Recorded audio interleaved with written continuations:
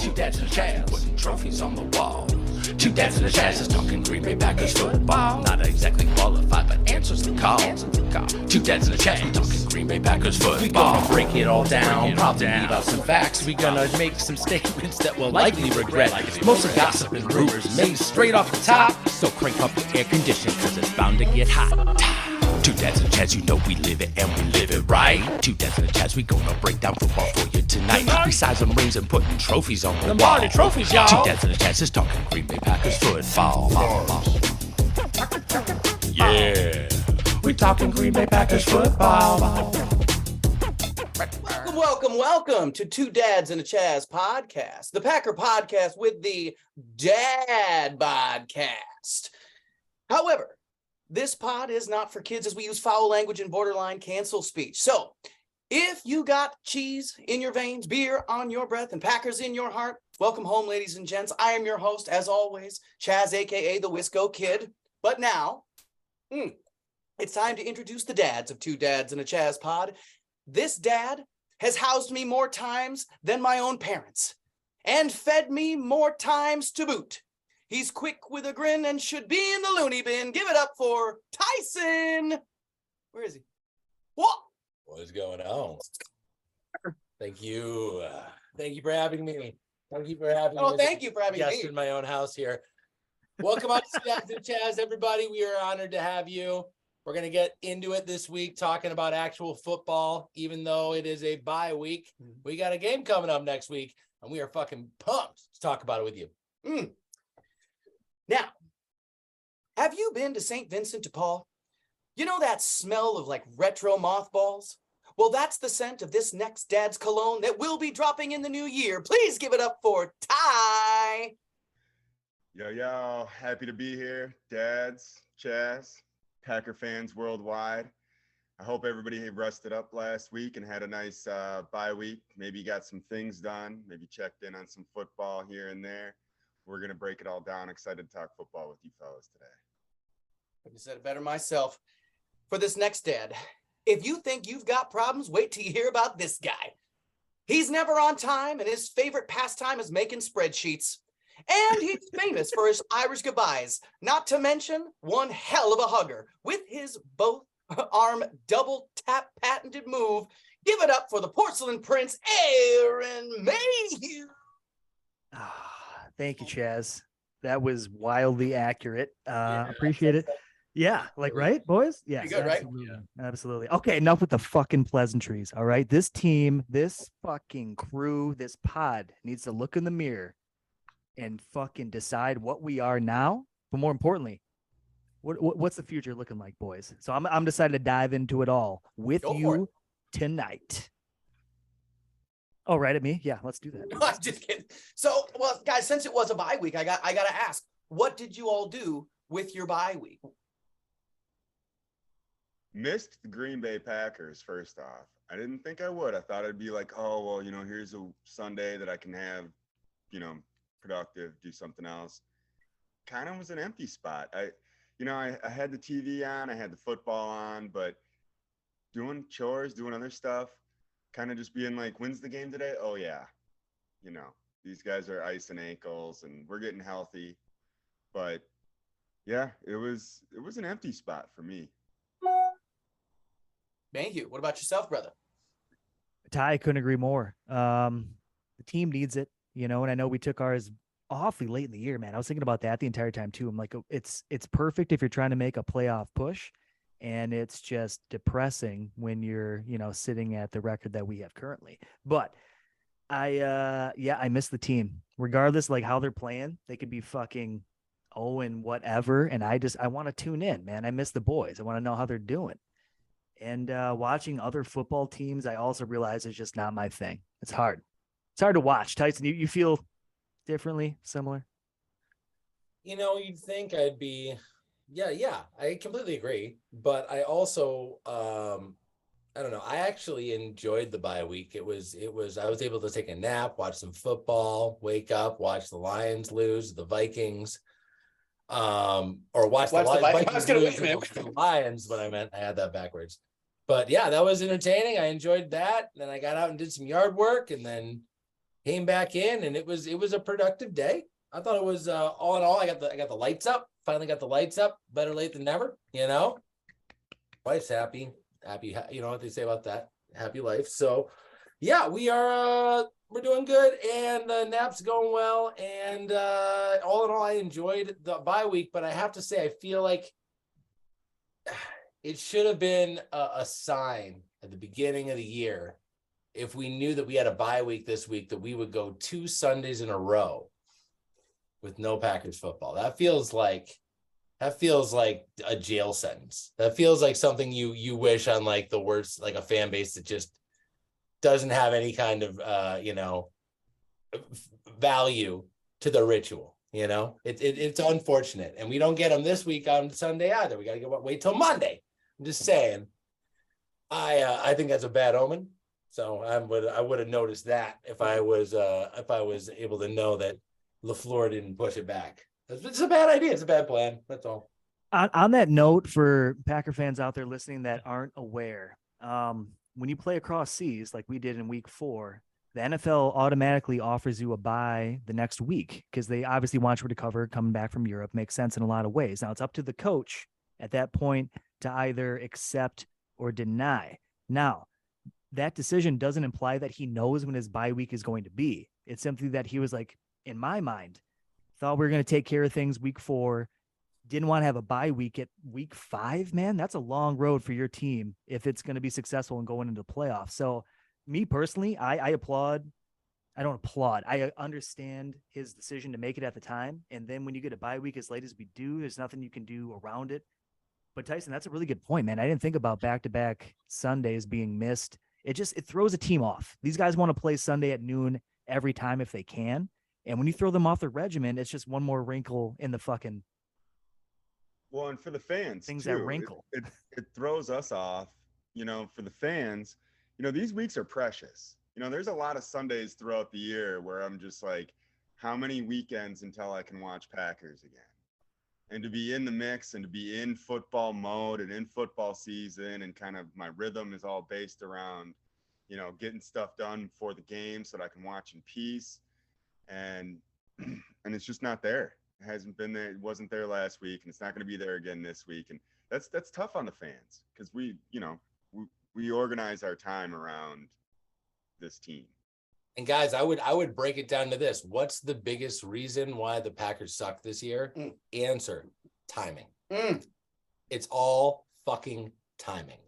Poor timing on our play, poor timing on our decision, poor timing on our equilibrium as fans, and thinking that doesn't matter, that you're better than the piston in the engine. It's all about timing. This whole world's about timing. It feels like there was an oversight while they were making all these grandiose plans this year, where they forgot that it's all about momentum and rhythm within the timing. And it feels like it just got off early, and I hope we're starting to find it. Feels like we're starting to find it, but it's pretty late. It's pretty late for me to believe that means much. No, there's no time to recover. I mean, Lions fans are energized. That pretty much tells us what we need to know about our season. When the Lions think they have a shot, we're definitely in looking to the future mode. I like how we're playing it in, week out. I definitely think none of these Packers want to lose to the Rams on a Monday night. They're going to be bringing the heat, but as far as playoff hopes, I mean, I know there's like a 0.2% outside chance, but it's weird to be in this spot, isn't it, Packers fans? Yeah, I completely agree. I know you were talking on the Lions and Ty. Again, it was like one of the first chances I had this weekend to kind of watch some of the other games in the NFL, and a couple of like surprising things. Speaking of the Lions, these motherfuckers were throwing touchdown passes to like left tackles.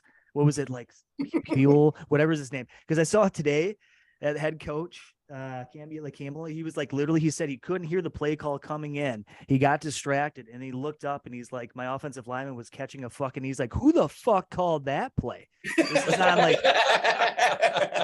It was brilliant. It was just absolutely brilliant. Same show that Rogers goes on. What is that? The McAfee.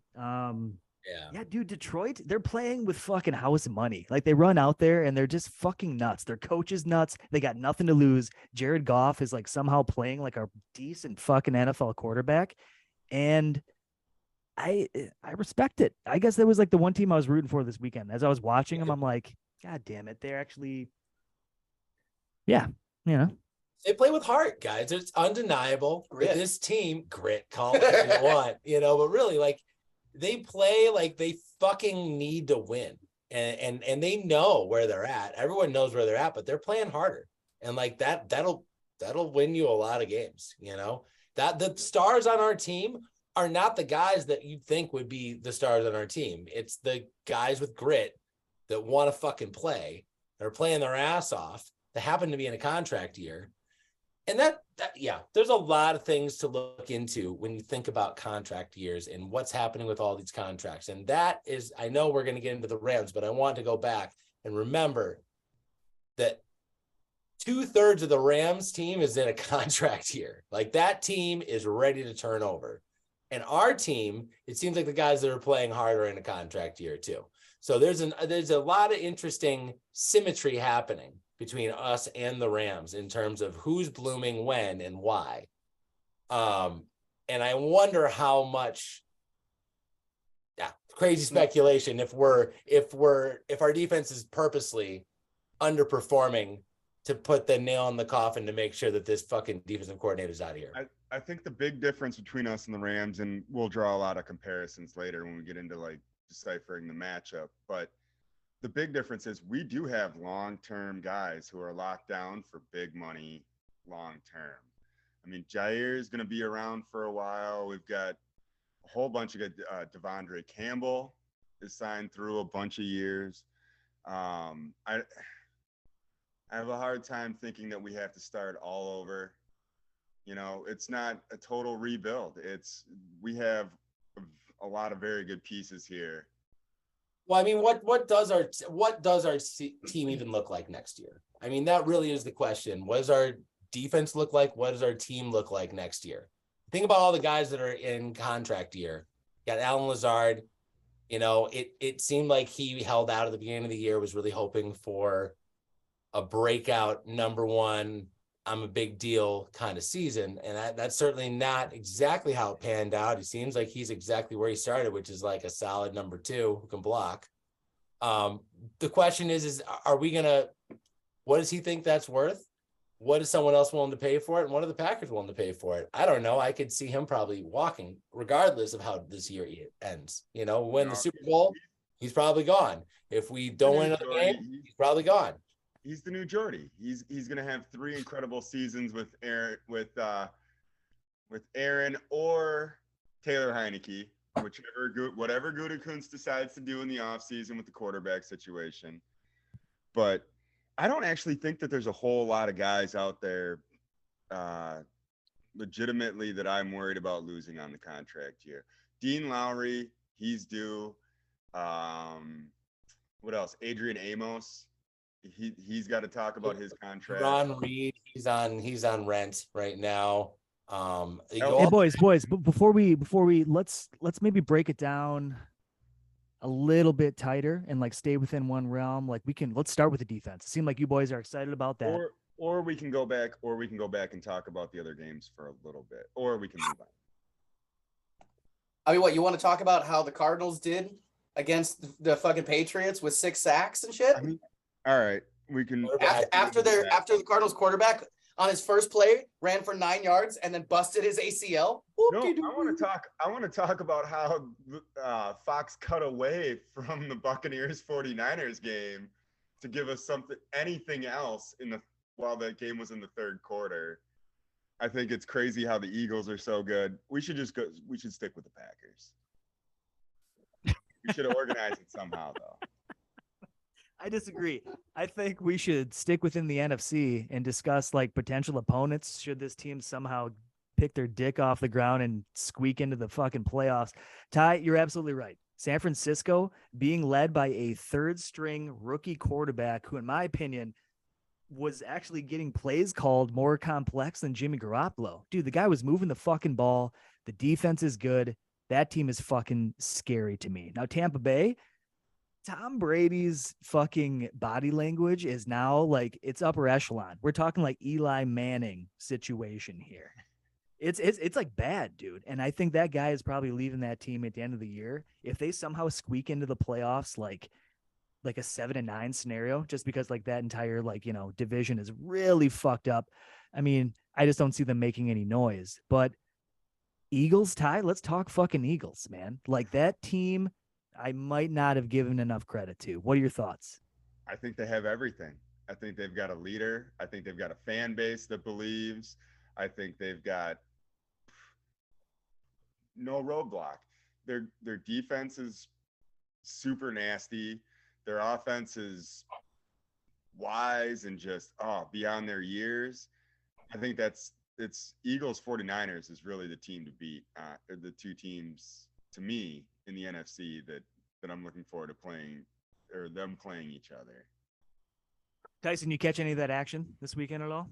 I didn't catch a lot of the late games, but I caught up on replay. But yeah, I don't know. It seems like the Eagles are the team that nobody wants to fuck with, but I also feel like after playing them, they're absolutely beatable. They get on a roll with mistakes like any other team, so like I think I'm less of all the NFC teams, I don't know. They're obviously the team to beat, but I don't know. I feel like something's going to happen with them, even though they have all this depth that they're just not going to be the team. I don't know why. No, I'm glad you said that. Sorry, Ty, to cut. I just because when we lost to them, I felt the same way where I was like, this is the top of the NFC? Like, and they just barely got out against us at home. And it seemed like all they could do was run the ball. We gave up how many fucking yards to Hurts. And I'm like, nah, they're one-dimensional. Dude, it seemed like every game since then, they've done it multiple ways. The guy is slinging the fucking ball. They're running the ball. The defense is hungry. They have the best. They're going to have fucking home field advantage all the way through like the playoffs. And I guess I was just shocked personally at how dynamic they might actually be. And sometimes it's just about getting hot. You know what I mean? And you can ride that all the way through.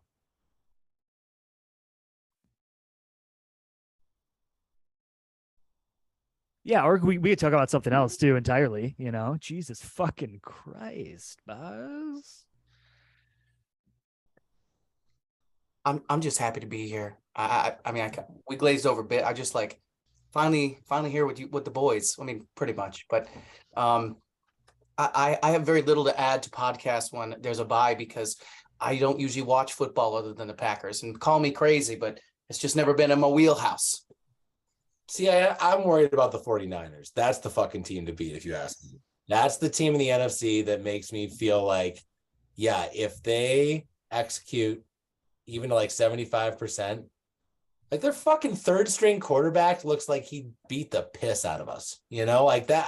I'm blown away with such a complex program, how much talent they can seem to get and how well they seem to execute regardless of who's at quarterback, and how bad is fucking that starter that they started with this year, that like Jimmy Garoppolo and the third stringers can take this team and just look like world beaters, but Trey Lance can't fucking win a game, like what's going on with that? So I don't know. I think that the 49ers are clearly the in my mind the team to beat, and I would find it a fitting end for the Eagles to lose to them. 2-minute warning of the first quarter, boys. I want to hear final thoughts about other teams who watched in the NFL this week. Go for it. Well, Kyle Shanahan clearly proved he's the best coach in the league. And anytime you have the best coach in the league, you have more than a fighting chance. That really is a scary team just because of the way they're coached. I mean, you took the guy who's picked absolutely last in last year's draft and get cut out of the third quarter. The network was just like, we're going to show you a better game because Tom Brady is now done. It was a sad way to end the Brady era, and he didn't want to end it that way. And I hope Aaron Rodgers is taking notes. Far better to go out while you're on top than end up having to do this. Oh, Tom Brady, it's hard to watch at this point. Him just face plant and playing guys that are 20 years younger, and the quarterback at the end of that game going, "Oh yeah, well, Tom Brady's been quarterback my whole life. Da da da da. It was fun to beat him." That's the ultimate. That's the ultimate dig. That's exactly what the Eagles guy said after he beat us, being like, "Yeah, hey, we got him. We beat the GOAT today, you know." And that's the thing. We grew up watching this guy. All these young quarterbacks like us, you know, we've all grown up watching Aaron, and you know, to beat him in his own game, that really says something. I think that's the ultimate, like, young guy choke slam at an older guy who's struggling, is just to be like, "Yeah, we're gonna put you down, old man. I want to make sure you understand we all think you're old." Now, gentlemen, we're going to go right into the second quarter, which we touched on a little bit before, but we're going to kind of keep rolling with it here. As far as defense moving forward for this team for next season, I know we've got a couple games still go this year, but what does that look like for us? I just want to thoughts. You can be as wild as you want. Like, I think the stadium's going to get lit on fire, but still be okay. Or we'll win the Super Bowl, both of which sound absolutely ridiculous to me, but I'm going to pass it over to my main man here at the Fauché House. Well, thank you, Chaz. You're welcome. Appreciate that. No problem. Yeah, it's really nice. Yeah. Our defense, man, how's it look next year? Well, first of all, obviously we have a different defensive coordinator, right? Probably a whole defensive running our whole team, whole different scheme. I'm open to a 4-3. What the fuck? Let's turn it on its head. But ultimately, there's a lot of guys that are important glue pieces that don't really that aren't making sense. I mean, we got Amos, we got a lot of guys that are were like a prove it year and just didn't get it done. We gave that 5th year option, you know, to what's the name of the safety? Jordan Love. No, a safety. Savage. Oh, yeah. We gave the 5th year option to Savage, you know, and that seems to have been a huge mistake. And now our hands are tied there. And we gave a ton of money to Rasul Douglas, who. Yeah, but he's dude, the guy's got what, 7 interceptions? Are you going to bitch about that? That guy's a fucking playmaker. As much as he's not, what do you expect for that guy? I think he's playing up to his contract, and he has a long contract. He doesn't have to play hard. That's what I'm seeing. Guys with long contracts are not playing hard. And the guys that are up for a contract like Nixon are playing their fucking dick off, trying to get themselves re-signed or trying to get noticed in this league by making plays. I mean, and then you got Barnes that somehow was a healthy scratch last week, which is questionable to me because I love Barnes. I think he plays with heart. He makes mistakes, but at least he wants to fucking hit, you know? It's clear he's a physical player.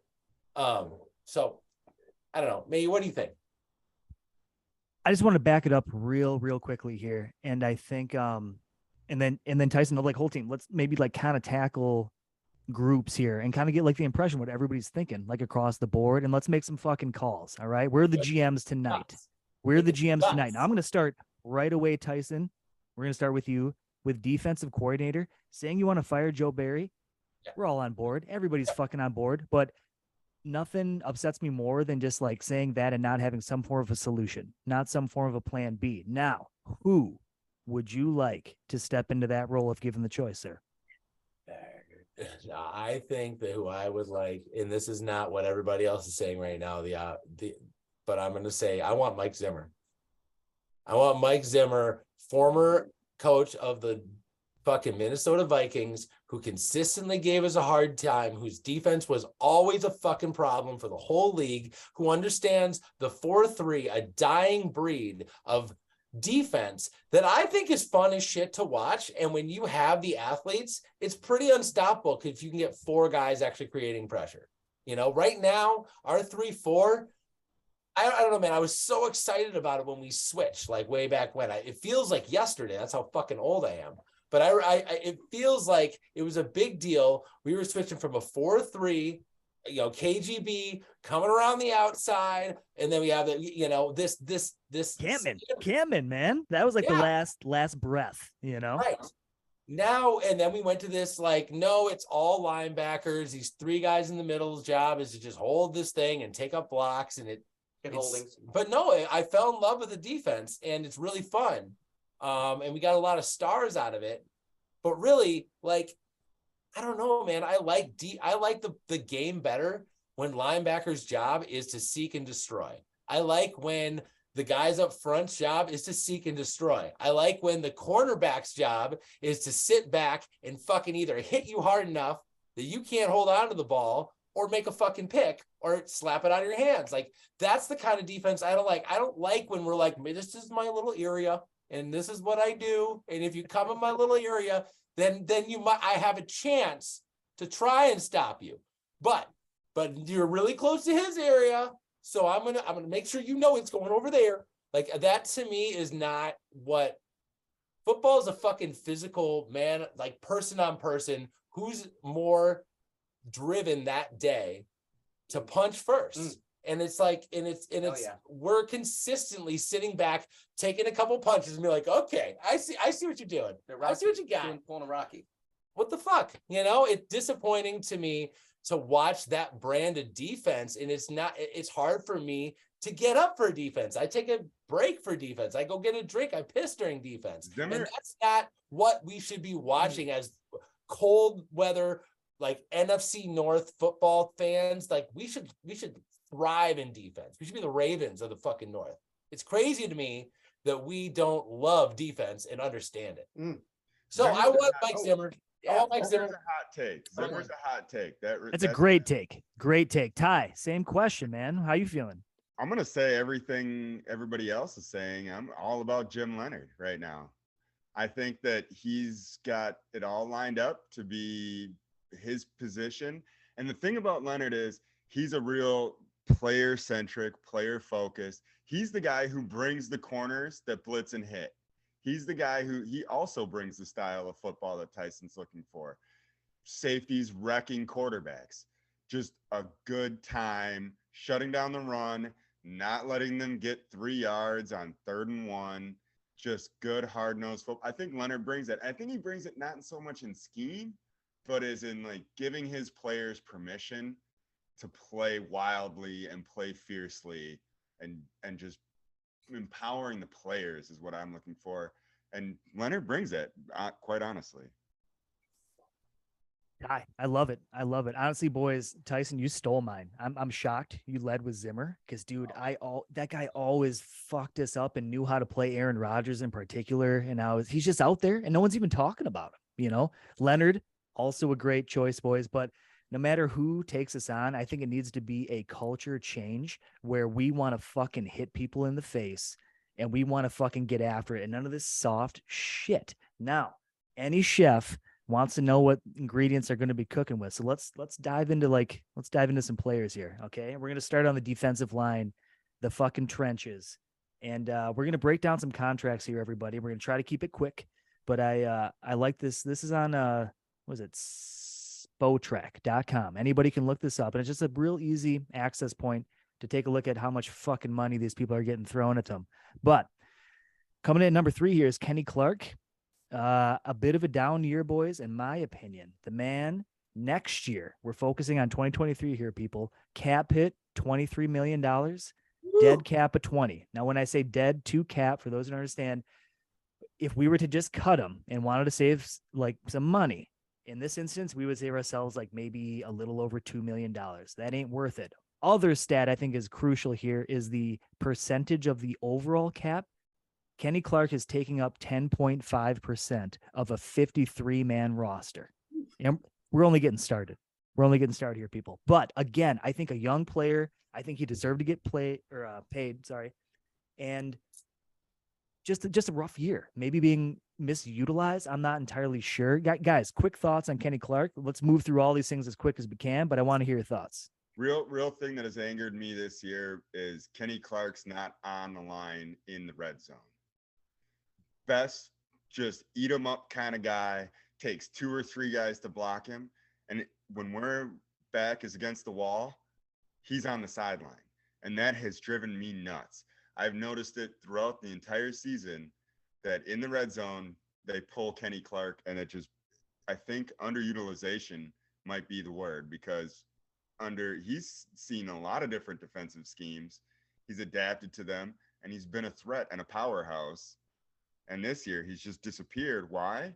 Because the most important time of the game, he's not on the field. That's on Barry too.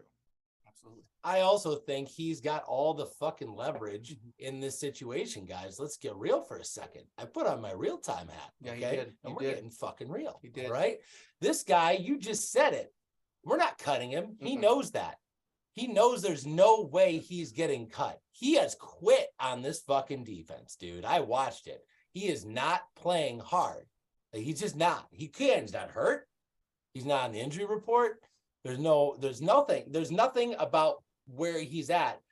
He can afford to make a statement and make sure that this guy is gone. Like, that's a guy who can afford to do it. Another guy who can afford to do it, Jair Alexander. We're not getting rid of him. He's not going anywhere. He's not? Yeah, no. Jair signed through But 2027. but I just think that, like, there are guys that are underperforming that can afford to underperform. If they're like, we cannot win a Super Bowl with this defensive coordinator, this guy's a chump. He's got to go. Let's keep moving down the line. Tyson, I'll have you take this one. He's obviously one of your top favorites. My man, Dean Lowry, is an unrestricted free agent, potentially. They're looking at a potential cap hit here of $3 million. We release him. We save a little bit of money, making up 1.3% of the actual cap hit. But, I mean, we got to keep this guy, right? He's done nothing but kill it all year long. No, God damn it. He sucks. He sucks the worst. I'm ready to let him go 10 years ago. Like, I feel like someone needed to, like, make up a financial situation so they're going to get all the money they can out of Dean Lowry by playing him like every single snap. And this guy will not get hurt. He just keeps playing all the time. And occasionally he has a good game. But overall, he has not done enough in his tenure here. And he is too old to assume that he's going to get much better. Although I could totally see him being the type that, like, goes to the Patriots and becomes a Pro Bowler, because that's just how it happens. And fucking that Lawrence guy, same thing. Like, that guy sucked for us, and then he's like a fucking perennial fucking Pro Bowler for the Patriots in his late 30s. Anyway, The problem with Dean Lowry is there are two Dean Lowrys. There's the Dean Lowry that looked like Aaron Campman, who we were like, "Whoa, is this the next Aaron Campman?" And then one season he just came back and he was like 180 pounds heavier, and he just was like, "Oh, I'm a nose tackle now." And we're like, "No, Dean, you're an edge rusher. Why have you been doing nothing but eating steaks and lobster tails all off season?" Oh, it was not Crazy. chiseled. He just came back like bigger, like a marshmallow man. Yeah. And then No, yeah, Ty, you're absolutely fucking crazy. I have no idea what you're describing right now. We're gonna shift down to Jerron Reed though. Jerron Reed, this guy came in, God, free agent in the offseason, 1.4 million, boys. And does anybody even, like, I don't see his number on the fucking, on the weekends. This guy seems like trash to me. Chaz, God, agree, disagree? God. Agree. Fantastic. We actually have to jump up the list now to a rookie who's going to be getting paid rather heavily, and that's only going to increase as his contract grows because he was drafted in the first fucking round. Devontae Wyatt. Ty, why is this guy not getting fucking playing time? I don't understand it. When he comes in on passing downs, I feel like he's getting to the QB. Like, what? What at this point is keeping Dean Lowry on the field and Devontae Wyatt off? Am I just fucking, I don't understand football? I have no idea, but I think Tyson does. Tyson. Shitty coaching. Shitty coaching. It's coaches that have a fundamental plan. This is so reminiscent of, like, the worst part of Dom Capers' experience with us, where, like, we were living in a reality. We were watching something, and they were telling me, like, nope, that is fine. This guy's one of the greatest defensive coordinators alive. And you're like, but it's just not, it's not happening. Mm-hmm. They were loyal to a fault. I'm hearing the same exact shit out of Matt LaFleur. The buck stops with me is the oldest fucking thing I've heard. I don't want to hear him ever say that again. I don't know what that means. Like, what does that even mean anymore? It means that Does that all mean mistakes are on him. can you take ownership of something, That one. not get better, That and then say, well, that one's on me too. That one. That one is also on that that one. also No, but that one. that's on me. The buck stops Also with me. that as So well. like, what's the buck doing even? You know? Apparently, your money doesn't. It's not it's not doing worth anything, anything. you know It's what I not mean? worth anything. My point is, Yeah. this team is loyal to their upper echelon to a fault, and that they don't want to call anybody out and like whatever break ranks, whatever they want to call it. They don't want to make someone below them feel like they got called out, but they'll be happy to do it for like 7 rows below that though. Mhm. They'll fucking call that guy right out. Yeah, that guy ran the wrong route. That was his fault. You know, like they don't mind that, but then this someone who's clearly sucks dick that you chose, this defensive coordinator that's terrible, is not good at his job. Everyone in the league can tell he's not good, and you're telling me no, he's great. And we it's not any one guy, you know. Well, no, we're all it's a one team. guy. The Bucks. We're all a team. The buck stops. Buck with the stops coach. with Matt. But Well, Tyson, it's not as we trickle down the list here to our final candidate, to Daryl Slayton, also known as my man TJ, getting paid $1 million. Same scenario, right? This guy is clearly like a run stuffer. I've liked the energy when he's come in, and he's just getting sideswiped by fucking morons on the sidelines. Is that what you're telling me? No, I think he's great. I want more and more and more of him. I love TJ Slayton. I want to see him on the field all the time. I think he's a great player. Yep. He gets tired. He's a big man. He can't be on the field all the time. But when he is on the field, I feel like he has potential. I feel like they misuse him somehow, where they either leave him on the field too long or don't put him on the field enough. It's like they don't use him to what his body type should be, which should be like a first and second down lineman. And then He's you the get him guy- out of there. He's the guy who should be eating up from 40 to 40, from the 40 to 40, Yep. instead of Kenny Clark. And Kenny Clark should be in the red zone and not Slayton coming in with his inexperience. And, you know, this is when they're pulling out their best plays, their trick plays. I think that both of those guys have been misused, and they really should be reversed in their roles. And it doesn't take a genius to figure it out. I would agree. Boys. Defensive line clearly needs a lot of attention in the offseason. Let's move on to another area that's a little bit up in limbo here. We're going to move into the inside linebacker realm, okay? Devondre Campbell, Ty, well-versed, I know for sure. This man, he's basically fucking paid. We signed him, pretty long-term after a rather impressive year last year. How are you feeling about him? And understand that he's carrying a cap hit of $8.2 million next year, 3.6% on the overall cap. Worth it? Not worth it? Undecided. Absolutely worth it. His zone coverage is there. No linebacker in the league moves better line to line. I think Devondre Campbell, we expected that he would be the energy guy this year, and he wasn't. But I think that skill-wise, talent-wise, I have no problem with. He's not supposed to be our sack leader. He's the guy who stops that 4-yard run from turning into a 16-yard run. I think Devondre Campbell this year hasn't quite earned that salary, but I see the potential down the road still. I'm not ready to give up on Devondre. I think he's a solid player, and we're lucky to have him. I completely disagree wholeheartedly. I think he sucks. He needs to go. Goodbye. Wow. Yeah, I feel like Devondre Campbell is a classic cicada player. Classic cicada, which means like every 3 years, every 4 years, he's 7. incredible. 7 years. Is that 7? 7. That kind of lines up with his career, unfortunately. It's been No once shit. every 7 years, this guy's incredible. No, But then he goes. I've seen Mayhew play better defense on No, the field. he's got a lot of potential. I like what he brings to our team. I like his size. I like his speed. I like how he hits. I like his intensity. You guys don't know what you're talking I about. think that he might have mentally lost a step, but he physically looks the part. I don't know that he's not another guy. Okay. You can't He might cut be him. like Kenny Clark. He's like Kenny You Clark. can't where cut he's him. just like, F this defense. I'm signed through Yep. 2027. You see where I'm coming out of this? Half-ass it out here and just not get hurt.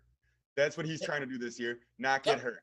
He's not going to That's- put himself in any unusual positions.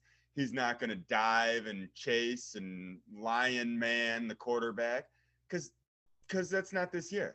It all comes back to the failure of leadership and how this team Jesus has been Christ. misutilized. Guys, he did get hurt. He was out for like 7 or 8 weeks and like just came back like last week. And Chaz, what's your fucking beef with this guy? You were clamoring his name in weeks 1 through 3. What the fuck is happening right now? Let's move on. Actually, coming in next. No. Classic We're going back to move! linebackers, and I just have a brief thought on what we have right now. As long as we're surveying the team, what we have at linebacker is an incredible thing. It is a toolbox. We've got, anytime you open that toolbox, there's the right tool for the job in that toolbox. Whether it's Gary taking 21 snaps and just harassing the quarterback in the fourth quarter, or it's Devondre Campbell giving you 62 snaps, letting up some yards, but basically doing his job. I think that Quay has been the all-star linebacker this year and the bright spot in the Packers defense going forward. I think that there's a lot of good stuff. And Preston Smith. Preston's been the energy guy. He's been the real dominator and the thing that's made offenses change their game plan. I think that any one of these guys can do that on any given Sunday. I think Preston has had to carry this team, and that's what leaders do. I'm looking for Preston Smith to be the focal point of this defense going forward. With the Preston Smith is in a contract year. And he's Yeah, let's touch on that real quick. Quay, obviously rookie, he signed through. We're looking at next year. His hit 3.1 million, given that he was that was first round, 1.3 in overall percentage. Preston Smith up at the top. Now, this becomes one, boys, where like maybe we make a call. So cap hit 13 mil, dead cap 9.7. We can save a little over 3 mil if we let the guy go. No, my God. You said a little over 3 mil? Crazy. Yep. You're crazy. Preston Smith is the edge rusher linebacker. Is he a lineman? Is he a linebacker? What the hell is he? I don't know. Let's just run Will. Let's audible to Will because Preston Smith's fucking out here. He's the guy this year that has made quarterbacks audible. And that linebacker. Hold the edge, Tyler. Calm the fuck down. He's just good at holding the edge. That's really what he does the best, and that's what he's only great at. And that's great. He anchors, but I feel like you're giving him more credit than his due. I think that we can do better than Preston Smith. That's my take. I think guys, there are much better athletes in this league than him. We crept out inside linebacker and outside linebacker pretty quickly. And Preston is signed, as he said. We can save some money. Everybody's going to talk about Rashawn Gary, but this guy tore his ACL in week what, guys? Like, are we going to see that guy at what point next year, and what's he going to be? Behind him is the rookie who everybody knows I love if they listen to this show, Kingsley Enagbare. This guy's getting paid under $1 million next year, $930,000. Like, this is our backup plan. So you let Preston Smith go, you better fucking have something else in the wings, because we got nothing, guys, behind that. Like, nothing. A bunch of fucking no-name people that get re-signed over and over. Gailaye? Oh, yeah, that guy. Yeah, that guy. He's up and coming. Yeah. Gailaye. He's a special teams all-star when he's not hurt. I think that we have a handful of passionate people on the team, and one of them is Rich Bisaccia. And I think that passionate guy ended up getting his way. And those special teams players, guys, those are the reasons that we're in it right now. That we haven't given up, that we aren't completely out. It's because the special teams has played their fucking ass off all year. They've played like NFL players that had something to lose. These guys were here for one reason only, and that was clear. At this point, I would consider not only keeping Rich Bisaccia, but also like potentially giving him another position group to be in charge of, because at least he is like, the guys he's bringing in are playing hard. Yeah, no, I'm saying I'm crazy, Ty. I'm saying you're crazy for thinking that the special teams has gone well this year. We invested money in special teams this year. We went out and got Rudy Ford and a whole bunch of guys who've made a career out of special teams. Our special teams was supposed to be nasty this year. And it was Okay, you just said it. We got Rudy Ford, who's our starting safety right now from special teams. We got our other starting safety from where special teams. Look, man, the guys that are moving up the ladder and making a positive impact are not the draft picks. These are the scrubs that we brought in for special teams. These guys are playing with fucking heart. They're the only ones because they got everything to lose. Hey, I'm the biggest fan of the USFL. And if anybody's not watching the USFL, watch it, because this is what I love about football. But guys with nothing to lose, guys who desperately need this more than anything in the world. That's it. These are your quick trip plays you were asking. I hope the Packers end up with a bunch of USFL guys, because that's what the special teams has been. But I just think they've underperformed and highly disappointed with the amount of, I think Versacchio's got a lot of hype, but like when you look at the numbers, what comes down to is I was frustrated with special teams a lot this year, despite the fact that we had veteran, well-known, quality special teams players out on the field. It took us until week 13 to put Nixon back there to return punts. I mean, it was impossibly frustrating that this wasn't a bigger part of our game this year. Well, you talk about Nixon. Let's move on to Nixon, because at least he went from being a special teams player to a starter at safety. Let's talk about safety moving forward. What are you guys' thoughts there? Maybe what do we got moving forward contractually regarding the safety position? Oh, it's like the darkest aspect of our defense, guys. Like basically Adrian Amos he's a free agent. Projected this guy is going to ring in around $8 million, like in the open market. Darnell Savage, despite how this entire team feels, was awarded his 5th-year option. So we already are paying this guy a shade under $8 million. He's going to be on the team next year. Now, I fucking hope and pray that whatever defensive coordinator moves in, maybe he's just being underutilized. Like, the guy's athletic, even if he's not overly intelligent football wise, there's got to be something. There's got to be something for this guy to do. He's got a hard nose for the football. He can seal an edge. He makes big leaps, but you can't line him up across a skilled receiver. But he will punk a tight end. Savage, there is a place for Savage on this team. It's just, again, he falls into this Kenny Clark category of underutilized, wrong position at the wrong time. But I think Savage is a nice piece. Amos, I can move on. If he wants to sign with the Browns or the Jaguars next year and whatever, make a ton of money and probably have 1 or 2 good seasons, that's fine. I think Amos deserves his payday. I just don't think it should be from us.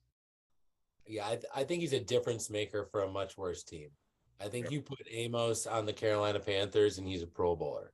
I think you keep him on our team or you put him on the 49ers and he's probably a mistake that you're going to want to cut, because he's always been a solid player with potential to be great. And at times he is great, but he's not consistently a playmaker. And we haven't had a consistent playmaker at that free safety position since what? Fucking Sharper? Like, when's the last time we had a guy that was back there?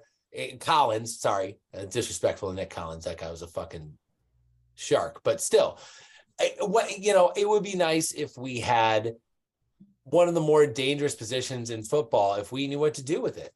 If we knew what to do with that role. And I think at this point, go fish. Let's just fucking Jim Leonard will know safety. I want to reload there. Fullback back there and mess some things up for some teams. I think that there's innovators out there. I think there's definitely guys that know how to turn that position into a real wrecking ball. And you know what? The next Ed Reed could play for the Green Bay Packers, but it's not Adrian Amos. Well, boys, my personal opinion, Adrian Amos last year was one of the top-rated safeties in the entire league. Like, the guy was not a splash, but overly reliable and I think honestly a difference maker, but just quietly. Darnell Savage, I think this guy is just Well, last overstayed year his he was welcome. shit. Remember Darnell Savage last year? No, Oh, I don't. man, last year. I Well, he don't. was a desperate man. He was a desperate man last year. Last year was this is Played my whole better. NFL career or not. And Darnell Savage was like, you know what? If this is the one play that I get, I'm gonna make it. And Darnell Savage was out there making a name for himself. And then he made a name for himself. And then he got the contract. And now he's balls. Yeah. Regardless, we got some really serious decisions to make at that position because we're not in a good spot. We got Rudy Ford. I don't even think he's actually signed past this. And we got a bunch of no-namers. So big hole to fill. That pretty much rounds out the defense, Chaz. You feel like we should maybe shift gears? I think we should. Let's move on, I guess, to specialty. No, I'm just kidding. The offense. Same thing. What are we feeling like is going to happen for next season? I want to hear first from a main man, Ty. Well, that really all depends on what Aaron decides to do. Aaron Rodgers holds the key to the future of the team. And if Aaron Rodgers decides he's, like $300 million out of the organization is enough money to live on for the rest of your life, and he wants to do that, that's fine. If he decides he still wants to play football on Sundays, well, that's a consideration because we owe this guy $50 million a year until he decides he no longer wants to play football. So I think really the whole structure of the offense is going to come down to what Aaron Rodgers does or doesn't do this offseason. Well, what about Jordan Love? You're What right. about- I wish we could say what about Jordan Love, but ultimately it's Aaron first. It's going to be Aaron first. And you're right. That is really what the offense comes down to. Are we going to be another year? And it's feeling like we are now of Aaron Well, he's Rodgers. going to want a swan song. He's going to want his final. He doesn't want to go out like Tom Brady, like forgotten about on a 6-11 team. Like he wants to make a final run. He wants to be a big deal. He wants the spotlight. He's going to make a big stink about his final season. I guarantee it. And he hasn't done it this year, which leads me to believe that it's next year or the year after. But that is a huge hit.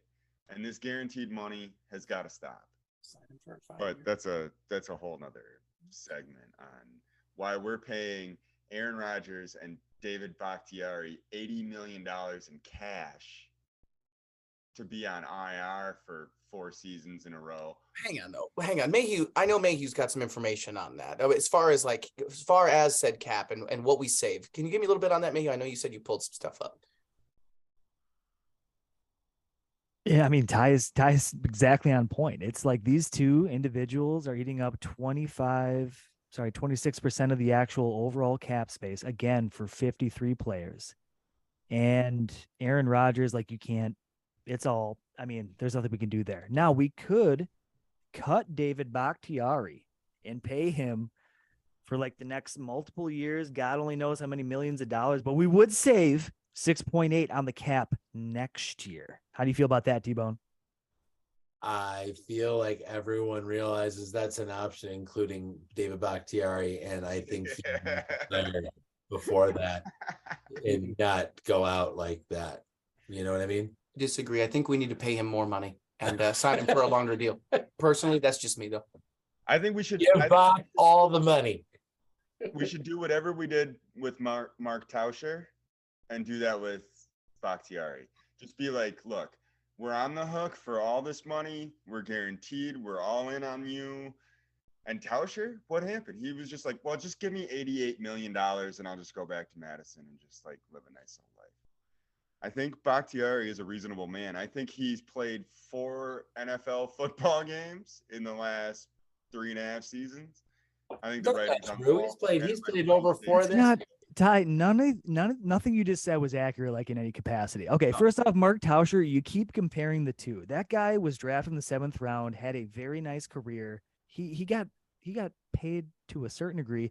Yeah, David fucked. Bakhtiari was the greatest left tackle in the NFL. They gave him a contract that fucking paid him that way, and he had a horrible injury. And then the guy comes back this year and he's been one of the top rated PFF players. And this podcast continues to fucking shred the wiggly leg man. I'm done with it. I'm done with it. Well, And then he gets his Wiggly Legs appendix. is- the He gets his question appendix is- ripped out, and you guys are questioning this man. No, you give him the fucking 26.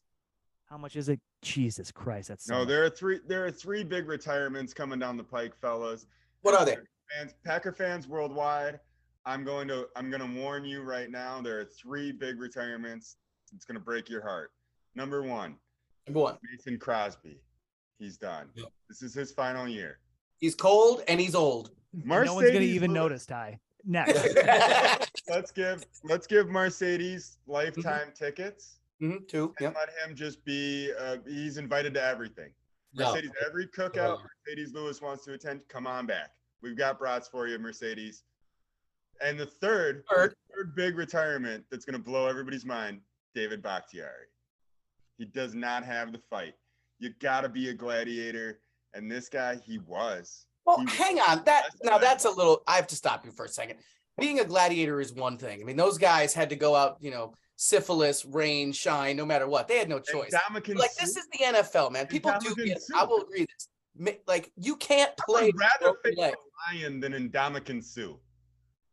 Dominican Sue Even a never tore his ACL. 42-year-old, and I would take Exactly. an 8-year-old lion over a 42-year-old Ndamukong Suh. What did you just say? And Dominican Sue never tore his ACL. In fact, I don't think he tears ligaments because that guy just runs on evil. Rubber. Pure evil. Rubber evil. It is when you are made of that kind of rubber evil. Yeah. You just like punch through metal That's right. and cement. Yeah. But yeah. really, like I think that it's unfortunate what's happened. But the question is this guy gonna Chad Clifton out and robot knee his way through 8 more years of left tackle and be Do like we have to a pay him solid $40 85 somehow? to do it? Yeah. Wait, is what he did you, gonna- wait, what did you say? And do we have to pay David Bakhtiari $38 million a year? Well, we do. We do. That's not a question. That's the answer.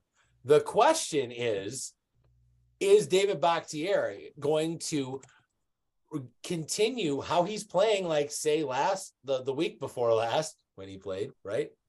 I can't is even he remember gonna- anymore. No, he plays every other week, guys. He's Oh, like right. he's like a weekend dad for left tackles. Okay. That's not true either. That's not true either. Oh my God.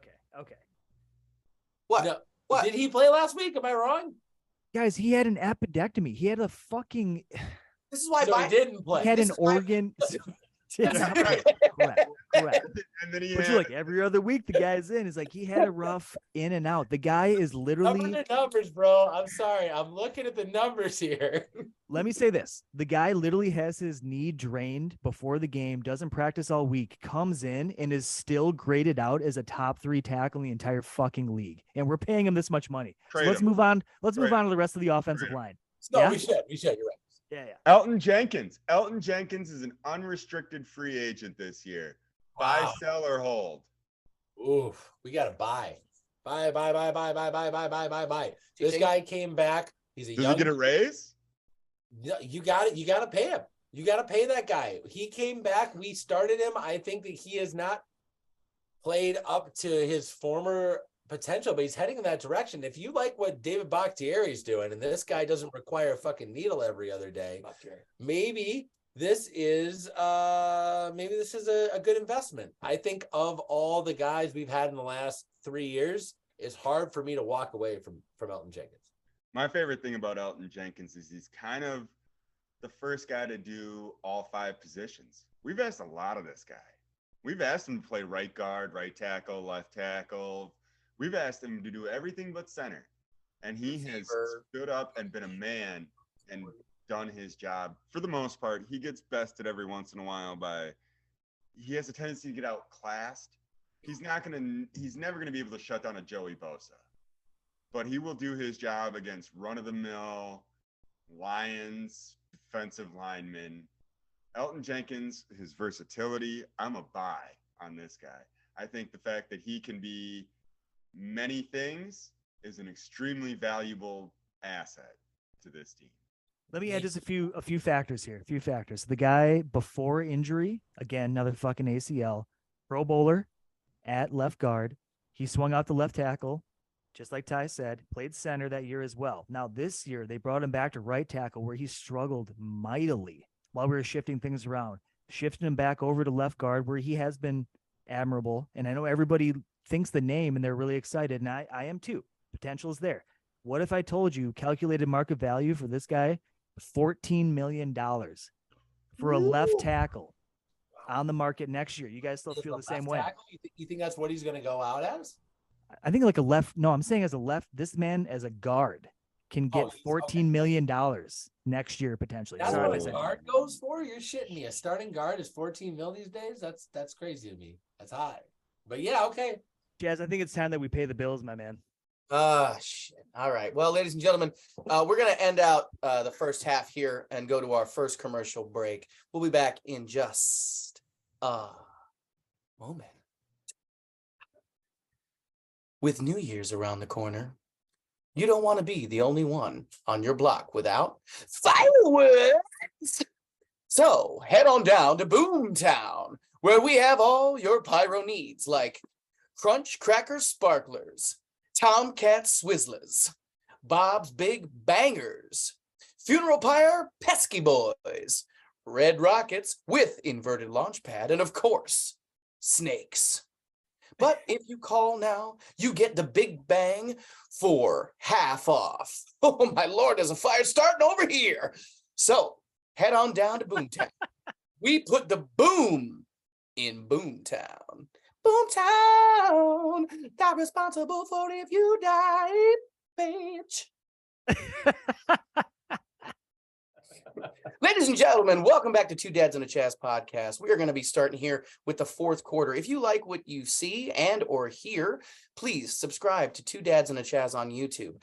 Our podcasts are usually up anywhere between early afternoon on Wednesdays and 10 minutes before the game on and or Sunday or Monday. So as we're going in, we like to start bringing a little more liveliness to the pod in the fourth quarter, since we pretty much bored you to death with stats and, bearded friends. And that's, you. So let's talk a little bit about a fun segment we like to call here at 2D and a C is What Grinds Your Gears? We're going to go right to Ty. Ty, tell me a little something. What grinds your gears? I know they're just trying to do their job. I know they're really just out there in a miserable situation. But God damn it, do plow truck drivers need to plow in my driveway like it is their business? They set it up. Mayhew knows about this.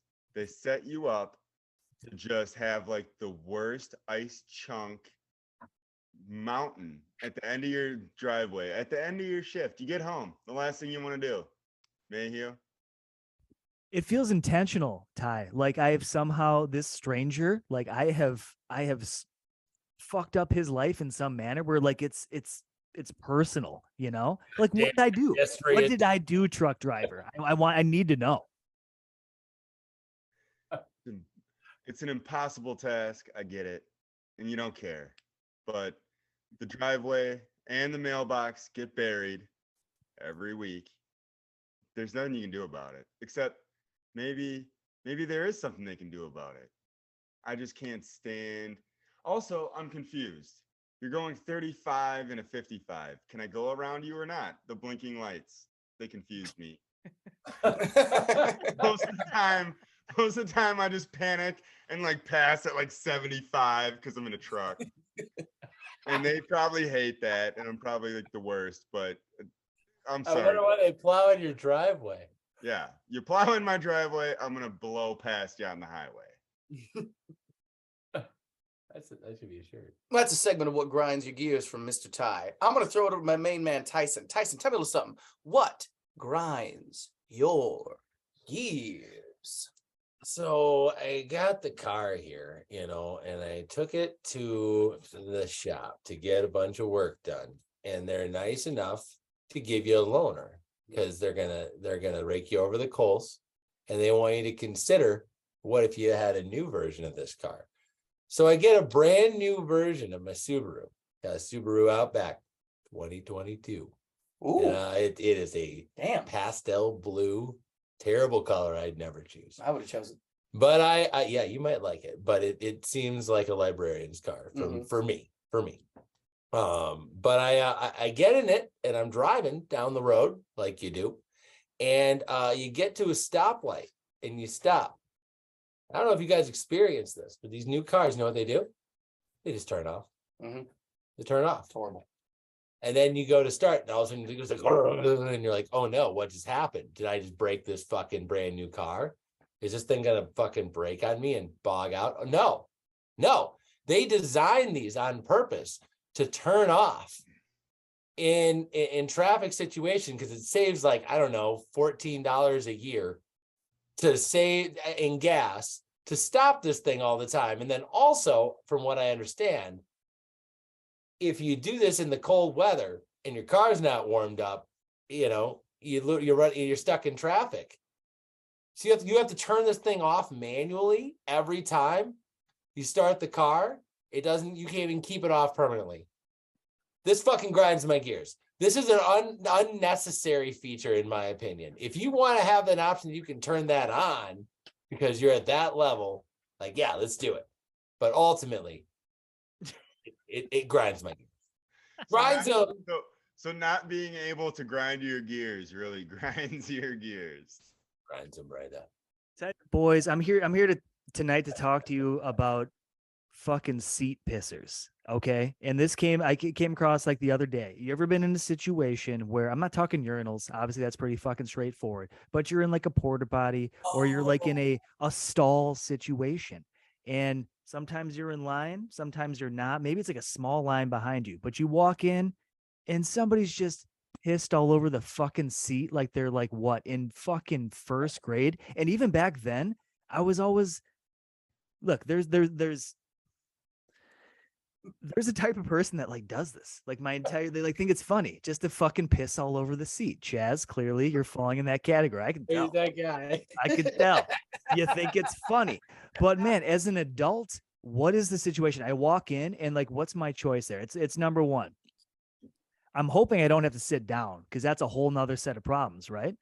Larry. Number two, if like someone's behind me, I got to walk out of there and I got to look them. You're going to look at them in the face, right? And be like, what are you going to say? Directly in the fucking eyes. Like, that wasn't, I swear to God, that wasn't me. And it's fucking awkward. They're like, no, you're a pisser. You piss on the fucking, you know what I mean? It's awkward for everybody. Are we not fucking adults? Like, what joy are you getting? a lot. I mean, if you're hammered and you just like missed, okay, maybe 1 out of like 50, but I've seen this throughout my lifetime many, many times, and I'm fucking sick of it. It grinds my gears that you fucking, oh my God, you children out there that think it's funny to piss on the seats. I'm looking at you, Chaz. I'm looking right Actually, at you. I've been peeing sitting down since I turned 30. My back can't handle it. But there was a time. I learned my lesson, though. So I appreciate you saving us from the patriarchy here today, Mayhew. We're going to move on here for just a second into the quote unquote 2-minute warning here. We got to talk about something a little bit coming soon. And that is the fact that this Packers team, the Green Bay Packers, you know them? You heard of them? No. You know them? I know all about him. And heard about Might be a football team. them? Let's find out. They are about to play Baker Mayfield. I want to hear a little bit of conversation because I know there's been a lot of talk via our Marco Polo gentleman, and I want to know what your thoughts are about having to play Baker Mayfield. Ty, any thoughts on having to play Baker Mayfield? Well, no. Can't say Well, guess that. what? I got the guy who does want to talk about Baker Mayfield for at least 18 minutes. Here he is. We're talking a little Baker ball here, folks. I got to tell you this. This guy plays football like a dude who has a small dick and wants you to believe he's got a big dick, okay? Mhm. He is coming out there Mhm. and he throws like far. He winds it up for that 25-yard out, God damn it. From the side. And he throws hard. Now, here's the thing. Baker's got everything to play for, just like a third of this Rams football team, right? They are, a lot of them, up for contract and undervalued. Overpaid also by comparison to how they're playing. They are all set to get cut. There is, unfortunately, a lot of important players that we're going to go up against that have a lot of reason to try and play hard against our team. And I feel like the rest of the Rams but they're historically not a team. Sean McVay typically doesn't draft. He typically uses his draft picks as leverage to get other things that he wants or needs. So Baker Mayfield is a very interesting prospect when you are talking about Matt Stafford, who has a bionic back, who possibly is one hit away from death. You know, he has played a lot of football and done a lot of things. He got him a Super Bowl, but this year it seems like Father Time has caught up to him. Are they going to double down on Matt Stafford, or does Baker Mayfield seem like maybe he's actually a viable option, not only as a backup, but as maybe a starter? So Baker has everything to play for, and this is honestly his only chance right now to look like the first round pick that he was supposed to be. Any responses, gentlemen? Ty, I'll take the lead here. Tyson, good insight. You look a little bit like Trevor Lawrence More like Trevor Lawrence, right? if he leaned into alcohol and arm wrestling instead of football. But that aside, I do think, Matt Stafford, like, dude, this guy, exactly, man. He can't do it anymore. He got his Super Bowl back. He's done. So Baker Mayfield, who I thought was completely washed up, pops in here. And you and I were talking the other day, this guy, man, offenses are so complex that you can come in and just execute on the level that he did. When I watched these highlights, I guess I'm impressed. I thought the guy was washed up piece of shit, but I don't know. Maybe he just found the right coach. I've kind of always liked Baker. Yes. I thought, he's got good at, I'm an energy guy. He's a teammate guy. He might not be X's and O's, and his decision making is the knock I have on Baker is that he thinks his ability is better than what it is. And sometimes he plays over himself. But for the most part, he can lead a team. He's a good clock manager. He's probably a fine practice locker room. Strikes me as a lot of guys like Baker. He can lead a team. I don't have a problem with Baker. I think he's an interesting choice, and I'm glad he got another shot because, man, he's fun to watch sometimes. I do want to hear final scores, gentlemen, because I know it's been so long and we've all been nailing this the past however long we've been playing horribly. But let's start first. Ty, can I ask a prediction? How do you think this game is going to go? Score. Packers 16, Rams 13. 16-13. Heard that. Mehudovich. 31 Pack. Nice. 27 Rams. I think some points are going to get up on the board here on both sides. Dude, our defense fucking sucks. Let's be real. But I do think I think the home field advantage will just get us over the top. Interesting. All right. Mobile, what do you got? Yeah. Monday night. I think it's going to be 38-34 Packers. I just think that we're going to have it's going to go into overtime. It's going to be a fucking crazy knockout punch. I think Baker's going to make some tough guy faces and shoot guns at the camera, and everyone's going to be like, oh, Baker's into it tonight. And it's going to be one of those nights. And then we're going to fucking show them what's up. We're going to win. It's going to be a close game. It's going to be a fucking instant classic between two teams that are peaking at the absolute wrong time. And we're gonna see great football against two teams that are probably not going to even sniff the playoffs. I hear all that, boys. So Ty's got a 16-3 for the Pack. Ron has got a 31-27 for the Pack. T-Bone's got a 38-34 for the Pack. But I, unfortunately, for the first time in this season, guys, we're not going to win this game. I hate to tell you. Sorry, it's not going to happen. It's just not going to happen. We're going to lose this game 23-7. It's not going to be great, and it's going to kill us, and we're going to be out, and that's okay because it's what do losing teams say? It's a rebuilding year. So I'm sorry to say it, but that's just how I feel. Are you listening, Packers? Do you see what you've done? Do you see what we've done to this man? This man that has cheered you on relentlessly for years. Chaz, I'm sorry. Chaz. No, I do. I think we're going to lose this game, guys. I do. And I think it's going to be really not pretty. I really do. I think we're going to get a bit of our asses handed to us. We might do well, maybe even in the first half, and we'll get a score right off the bat. But I don't see us getting more, maybe 14. But no, I think it's going to be a low scoring game for us. I'm saying that and hoping that it doesn't happen. We've got to do our hashtag because we are way over time. Are you feeling like a Rams or Chodes this week? Like the Rams or Chodes, or what do you think? 3, 2, 1. The Rams Fuck the are Joe.